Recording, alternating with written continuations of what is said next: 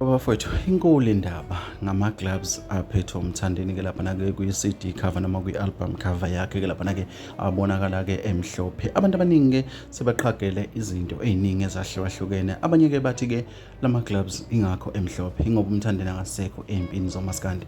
Laphana kahle-kahle-ke abantu abaningi bayiveza lento njengento eyibuciko obuthile umthandeni-ke azama-ke ukubukhanda emqondweni wabantu. Asazi-ke bafowethu uma kunje. Ake ngiqale nje ngibingelele abantu abaqala ukusijoyina kuleli khasi. Ngithi sanibonani-ke bafowethu-ke.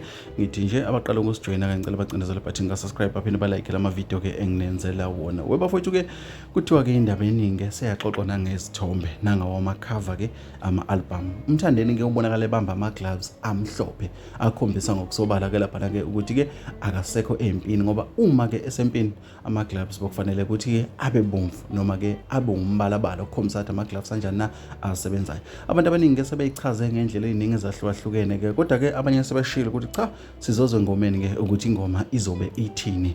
Ngithe ngeke ngikwazi ukunishiya ngaphandle la kwesiqiniseko SA Media-ke ngifisa ukuzwa uvolweni babukeli basemakhaya ukuthi-ke kuthini okwena ukuphawula lama-gloves asho luphi na uphawu uma wabhekisisa njengoba-ke emhlophe kodwa sazi kahle ukuthi ama-gloves omuntu obuye empini ababomvu. Bafowethu, indaba iseyithebeni, mina ngiyayideda inkundla ngikunika khona njengoba kunjalo, njengoba ngakuthembisa angishintshi lutho. Ngifuna nje ukuzwa uvo lwakho umbukela zamakhaya-ke uyicabangisise lento le, ucomment usho ukuthi-ke uthini okwakho ukuphawula. Bafowethu, ilezo.